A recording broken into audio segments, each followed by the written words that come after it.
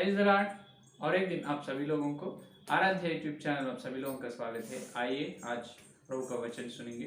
तो कल के संदेश में ये अपन सुने हैं कि तो जकरिया का ग्रंथ 4 का अध्याय 6 का वचन अपन सुने हैं।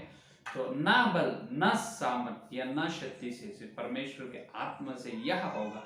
और यह का मतलब क्या होगा? आज जो कलीसिया में हो रहे हर ये काम प्रभु के अनुग्रह से, प्रभु के आत्मा से ही हो रहे हैं, नहीं भूल के नहीं हो रहे हैं। लेकिन उसका अर्थ वो नहीं जो ये है कि दीवट के बारे में जकरिया को दर्शन दी है।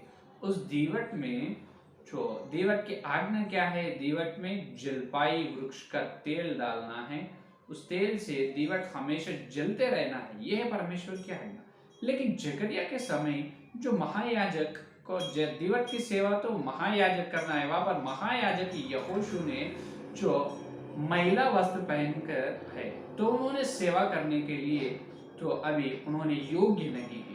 तो शैतान ने उस समय क्या करे है, सेवक लोग या याजक लोगों को जो 70 साल उन्होंने जो कल्दियों के राज्य में जो नेबुकदनेस्सर राजा ने उनको ले गए है, वहां पर सजा में है उन्होंने 70 साल।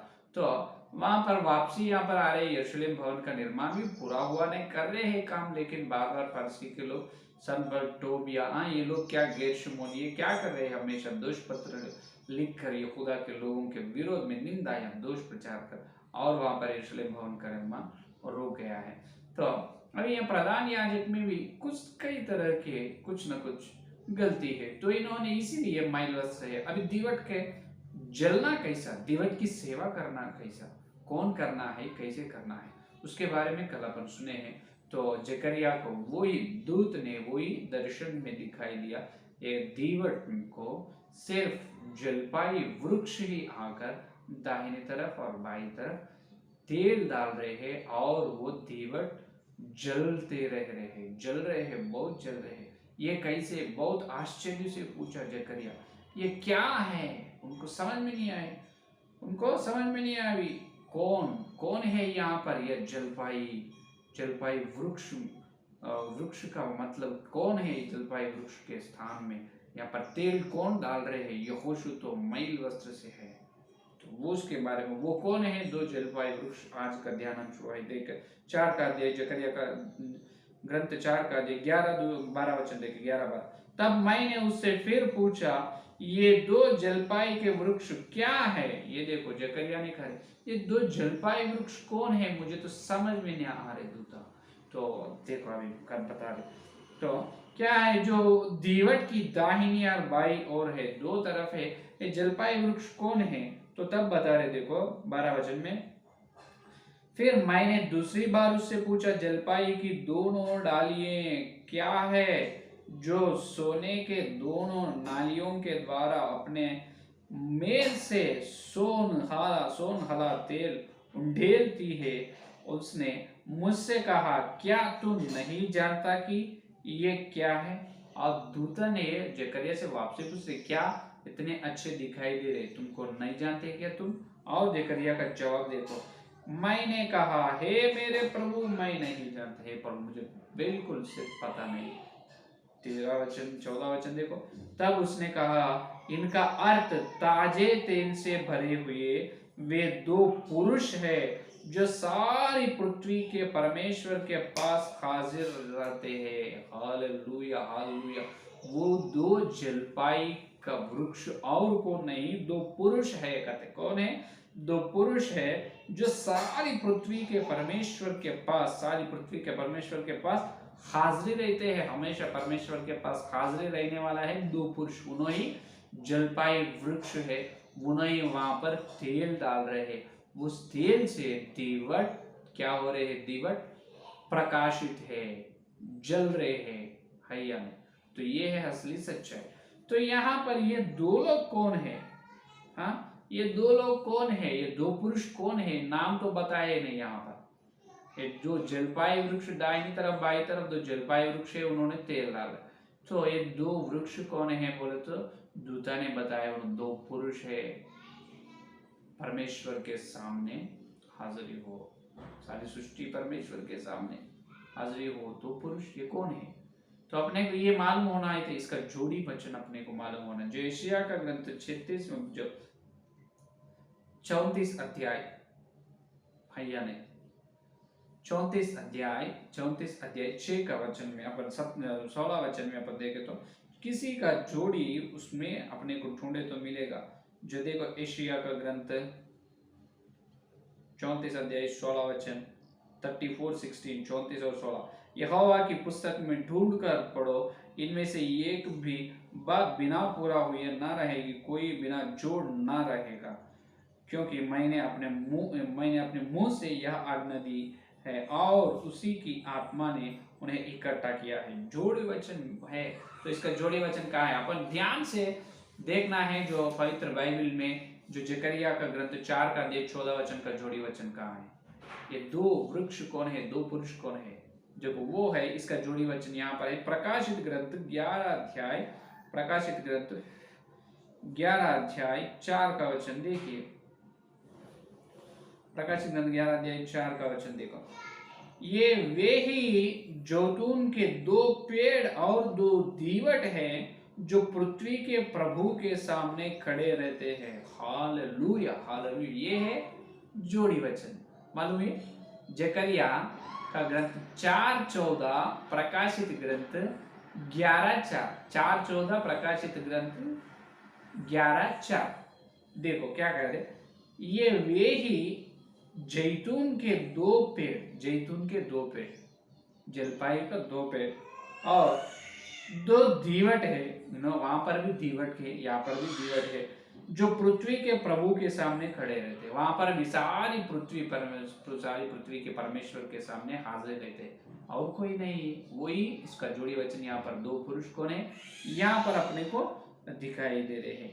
हैया में तो ये कौन है? 2 पुरुष है, पेड़ जो 2 दीवट है जो पृथ्वी प्रभु के सामने खड़े रहते हैं। तो ये 2 पुरुष के बारे में सेवक लोग ये बता रहे हैं कि ये और कोई नहीं, हनोक होगा। कौन होगा? हनोक, जो स्वर्ग में है, परमेश्वर के राज्य में चले चुके हैं। हनोक जो मृत्युवान है, उन्होंने मरे नहीं, जिंदा से ही उन्होंने क्या करे, जो यहोवा ने उसको परमेश्वर के राज्य में ले गए। तो वो और कोई नहीं, परमेश्वर ही होगा, क्योंकि ये 3.5 साल या 42 महीने जो कलीसिया बहुत बड़ी क्लेश में से जाने वाले, तो वो उस 3.5 साल धरती में 2 भविष्यवक्ता रहेगा। 2 भविष्यवक्ता रहकर जो परमेश्वर का भविष्यवाणी प्रचार करेगा, है या नहीं? इसके बारे में अपन प्रकाशित ग्रंथ के ध्यान भारत यूट्यूब चैनल में है। प्रकाशित ग्रंथ के ध्यान में मैं तुमको बताया है 2 पुरुष कौन है। आप फिर से उस संदेश को सुन सकते हैं। तो 2 पुरुष कौन है, या हनुक है या नहीं, उसके बारे में मैं डिटेल अच्छे तरह से विवरण दिया गया। तो सुनो, तो अभी हनुक है, हनुक नहीं होगा। ये 2 पुरुष कौन है जो बड़ी क्लेश में कलीसिया चलने वाले हैं 3.5 साल। तो 42 महीने उस समय धरती पर 2 भविष्यवक्ता रहेगा, और उसमें से एक हनुक है बोल के सेवक लोग प्रचार। हनुक नहीं है, हनुक तो स्वर्ग में है, परमेश्वर के राज्य में फिर से आएगा क्या? और फिर से आए तो ठीक है, फिर आए तो फिर उन्हें मरना होगा, फिर और ये भविष्यवक्ता के बारे में प्रकाशित वाक्य 11 अध्याय क्या करे, ये भविष्यवक्ता मरण होते हैं, उन्हें मर जाते हैं, मार डालेगा। कौन? जो आखिरी झूठ मसीह है, क्या करेगा? ये लोगों को मार डालेगा। इसका मतलब हनुक फिर से आना है, फिर से मरना है क्या? फिर वैसा हो तो इब्रियों की पत्री 11 अध्याय का 5 वचन उल्टे लिखना पड़ेगा। इब्रियों की पत्री 11 और 5 में क्या बताया, देखो 11 और 5, विश्वास ही से हनोक उठा लिया गया कि मृत्यु को ना देखे। हनोक मृत्यु को ना देखे, विश्वास से ही उनको परमेश्वर ने ले गए। तो अभी आके मर चुके, समझो आके मर गए समझो, फिर इसका मतलब हनोक मृत्यु होगा। तो इब्रियों की पत्री 11 अध्याय 5 क्या करेगा? सेवक लोग आंसर दीजिए। तो ये गलत है, हनोक नहीं है।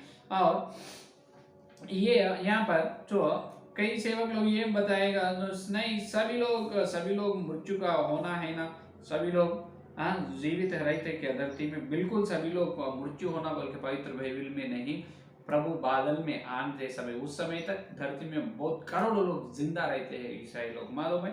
प्रथम कुरिन्थियों की पत्री 15 अध्याय 51 वचन देखिए, 51 देखिए, देखो मैं तुमसे वेद की बात करता हूं कि हम सब तो नहीं सोएंगे परंतु सब बदल जाएंगे। हालेलुया। सब तो नहीं सोएंगे, इसका मतलब सब मरे नहीं, सब मरेगा नहीं, बिल्कुल सबका मृत्यु ना होगा। सब लोग नहीं मरते हैं, बहुत लाखों करोड़ों लोग जिंदा रहते हैं और कई लोग मर जाते हैं यीशु मसीह आने से पहले। तो ये एक बार पवित्र बाइबल के उजाला में अपने को मालूम है, वचन क्या कह रहे, मनुष्य लोग एक ही बार मरना और एक ही बार मरना है, एक ही बार उनका पुनरुत्थान, जो मरे उनसे जी उठना है, बार बार नहीं होगा वो। अभी अनोखा है तो मरना है, इसका मतलब ये उन्होंने मरे नहीं, सीधा से सीधा जीवित से उन्होंने, तब परमेश्वर ने विश्वास के द्वारा उनको ले चले हैं परमेश्वर के राज्य में चले, उन्होंने और आके मर जाना क्या नहीं होगा ये बिल्कुल। तो और कह रहे हैं कि कोई लोग एलिया कह रहे हैं, इसका मतलब कौन कह रहे हैं, एलिया को कह रहे हैं। एलिया भी नहीं होगा, एलिया भी जीवित से चले गए हनोक के जैसा, है या नहीं, आग के रथ में से, है या नहीं। तो यहाँ पर एलिया नहीं होगा, हनोक भी नहीं होगा, और बचे कौन है, मूसा, और बचे कौन है, मूसा को कह रहे हैं। तो इब्रियों की पत्री मूसा को कहे तो वो भी गलत होगा, ये दो भविष्यवक्ता, हनोक नहीं, एलिया नहीं, मूसा नहीं। इब्रियों की पत्री, मूसा का मृत्यु हुआ, मूसा मर गए और फिर परमेश्वर के राज्य में चल चुके हैं। देखिए इब्रियों के पत्र 9 का अध्याय 27 वचन, और जैसे मनुष्यों के लिए एक बार मरना और उसके बाद न्याय का होना नियुक्त है। हालेलुया। एक बार मरना, फिर से न्याय के सामने, न्यायासन के सामने नियुक्त होना, बस खत्म। अभी मूसा मर गए, परमेश्वर के राज्य में चले गए, अभी और भविष्यवक्ता के रूप में आकर और मर जाते क्या, बिल्कुल नहीं। तो वहां पर एलिया, हनोक, मूसा, ये 3 लोग नहीं, वो दीवट में तेल डाल रहे हैं, जलपाई वृक्ष, तो वो एलिया नहीं, मूसा नहीं, हनोक नहीं। तो कौन है उन्होंने, अपन देखेंगे, उन्होंने सिर्फ इनो ही है, क्योंकि देखिए तो वहां पर 11 अध्याय, प्रकाशित ग्रंथ 11 अध्याय में अपन देखें तो इनका काम तो सीधा सीधा एलिया का काम के जैसा रहेगा। इनका काम कैसा रहेगा, एलिया का काम के जैसा इनका काम रहेगा। देखो 6 का वचन, 11 अध्याय 6 का वचन, इन्हें अधिकार है कि आकाश को बंद करे कि उनके भविष्यवाणी के दिनों में मेघ ना बरसे, और उन्हें सब पानी पर अधिकार है कि उसे लोहू बनाए, और जब जब चाहे तब तब पृथ्वी पर हर प्रकार की विपत्ति लाए। हालेलुया। देखो जो एलिया प्रार्थना करने से आकाश से मेघ न बरसे 3.5 साल, तो यहाँ पर वो फिर से होने वाली है, इसीलिए उन्होंने ये लिया बोल रहे थे। और पानी को लोहू बनाए, कौन, मूसा, इसीलिए एलिया और मूसा ये उन्होंने भविष्यवक्ता बोल के, एलिया और फिर से आना नहीं और मूसा और फिर से आना नहीं, ये एक बार परमेश्वर का राज्य में गए तो उधर ही, अभी आने का नहीं। तो यहाँ पर देखिए तो इनका काम, इनका अधिकार कैसा, एलिया और मूसा के जैसा अधिकार इनको रहेगा, अधिकार रहेगा, वैसा काम करेगा, सामर्थ्य काम करेगा, बस उतना ही। क्योंकि अपने को अच्छे तरह से यूहन्ना के बारे में यीशु मसीह ने कहा, बपतिस्मा देने वाले यूहन्ना से ये बात कहा है कि 11 अध्याय मत्ती का सुसमाचार पत्र, उदाहरण के लिए यीशु मसीह खुद कहा है 11 और 14 वचन में, देखिए 11 और 14 वचन में, और चाहो तो मानो एलिया जो आने वाला था वह यही है। यीशु मसीह खुद यूहन्ना के बारे में ये कह रहे हैं कि आने वाला एलिया ने इनो ही है, कौन, बपतिस्मा देने वाली यूहन्ना। तो ये यूहन्ना ने क्या कहा, यूहन्ना के सामने जाके जो फरीसी लोग कह रहे हैं तुम एलिया है क्या, यूहन्ना ने जवाब दिया मैं एलिया नहीं हूँ। तो मसीहा ने कहा यूहन्ना बपतिस्मा देने वाली यूहन्ना एलिया है, लेकिन वह बोधक या फरीसी लोग ये बताए हैं कि व्यवस्था के शिक्षक और फरीसी लोग यूहन्ना से पूछा तुम एलिया है क्या, मैं क्यों एलिया, मैं एलिया नहीं हूँ। तो यीशु मसीह कैसे, क्या यहाँ पर यीशु मसीह का बात क्या व्यर्थ होगा क्या, बिल्कुल नहीं। यीशु मसीह ने ये कहा आने वाली एलिया यूहन्ना है, यूहन्ना ने ये कहे मैं एलिया नहीं हूँ। तो ये स्वयं विरुद्ध है, एक वचन वचन विरुद्ध है। तो इसका अर्थ क्या है? इसका अर्थ ये है कि जो एलिया, बिल्कुल यूहन्ना एलिया नहीं है। एलिया पहले पैदा हुआ और उन्होंने जीवित से ही स्वर्ग में परमेश्वर का राज्य में चल चुके हैं। एलिया को प्रभु ने उनके आत्मा को जो महिम शरीर दी है, जो हय्या ने, तो महिमा की शरीर दी उन्होंने, महिमा की शरीर से अभी स्वर्ग में है। तो यूहन्ना ने एलिजाबेथ के पेट में से पैदा हुआ। एलिजाबेथ ने प्रार्थना करने से यूहन्ना ने एलिजाबेथ को संतान दी, वो ही यूहन्ना है। यूहन्ना की शरीर अलग है, यूहन्ना की आत्मा अलग है, यूहन्ना के प्राण अलग, एलिया का शरीर आत्मा प्राण अलग है। तो एलिया बोल के क्यों कहा यीशु मसीह? इसीलिए कहा है कि जो अपने को लूक सुसमाचार पत्र में, लूका के सुसमाचार पत्र में अपने को ये बताया है कि देखिए पहला अध्याय देखिए, लूका के सुसमाचार पत्र पहला अध्याय 15 वचन देखिए, पहला अध्याय 15 वचन। क्योंकि वह प्रभु के सामने महान होगा यूहन्ना, और द्राक्षरस और मदिरा कभी ना पिएगा, और अपनी माता को गर्भ ही से पवित्र आत्मा से परिपूर्ण हो जाएगा, और इसराइलियों में बहुतों को उनके प्रभु परमेश्वर की ओर फिरेगा। और देखिए यहाँ पर इन्होंने एलिया की आत्मा या शक्ति से पैदा होने वाले हैं इन्होंने। तो एलिया की आत्मा और शक्ति किनको रहेगा? जो बपतिस्म देने वाली यूहन्ना को एलिया का आत्मा और शक्ति रहेगा। ये देखिए यही बात यहाँ पर लेते हैं। देखिए तो इन्होंने पवित्र आत्मा से भरकर एलिया की आत्मा और शक्ति से रहते हैं। कौन? जो बपतिस्म देने वाली यूहन्ना। तो यहाँ पर असली बात यह है कि एलिया की आत्मा और शक्ति इनको रहना अलग है, सिर्फ इन्हों ही एलिया रहना अलग है या नहीं? एलिया की आत्मा और शक्ति रहना अलग है, और एलिया की सीधा एलिया आना अलग है। यहाँ पर देखिए यही अध्याय देखिए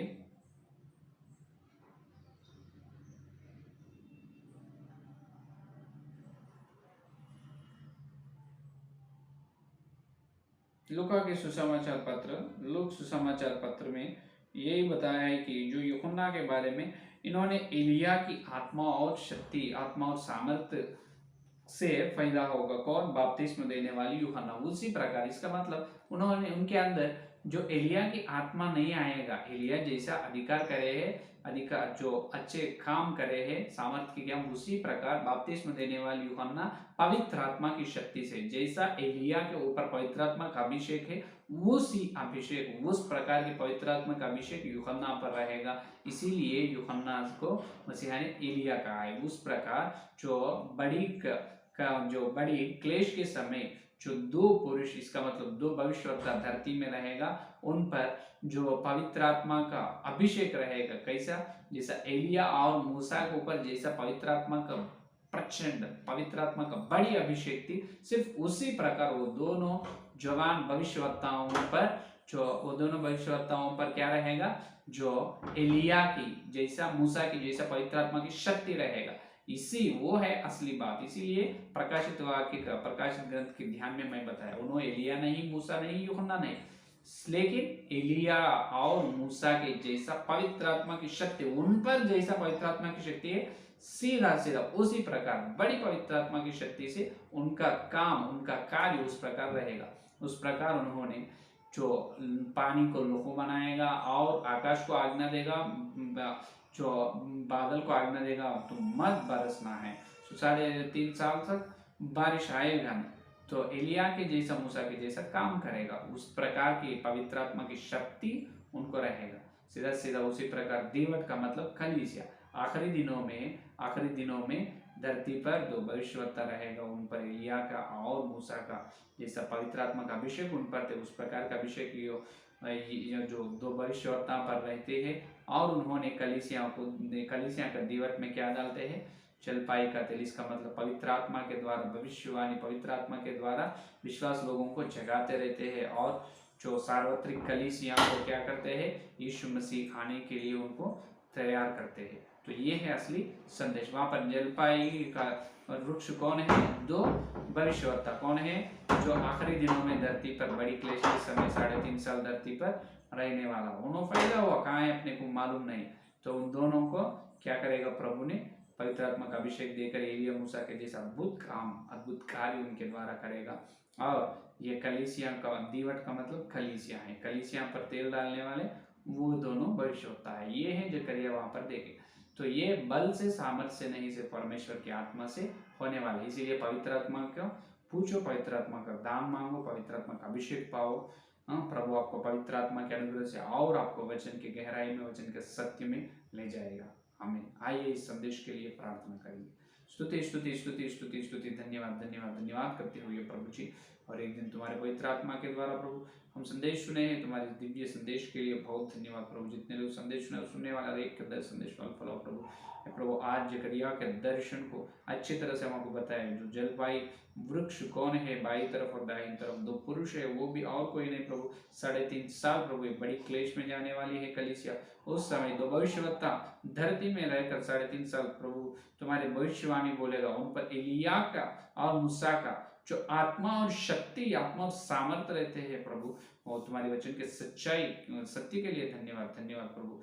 प्रभु आपको बहुत धन्यवाद। कलीसिया को प्रभु दो भविष्यवक्ताओं के द्वारा प्रभु तुम कलीसिया में प्रभु जलपाई का तेल डाल रहे हैं, हर एक को जला रहे, इसलिए धन्यवाद। पवित्र आत्मा का अभिषेक हर सेवक, हर विश्वास को जलाओ प्रभु, जलाओ प्रभु। हर विश्वास, हर सेवक दीपक बनना, सार्वत्रिक कलीसिया दीवट बनना यीशु मसीह के नाम में प्रभु उस पर का अभिषेक दे प्रभु। आपको धन्यवाद धन्यवाद। हर एक के अंदर संदेश फल करो। कल मिलते जब इतनी बड़ी वचन की गहराई में मिलने का अनुग्रह दे प्रभु। इस सारे प्रार्थना यीशु मसीह के नाम पर मांगते हैं, आमीन।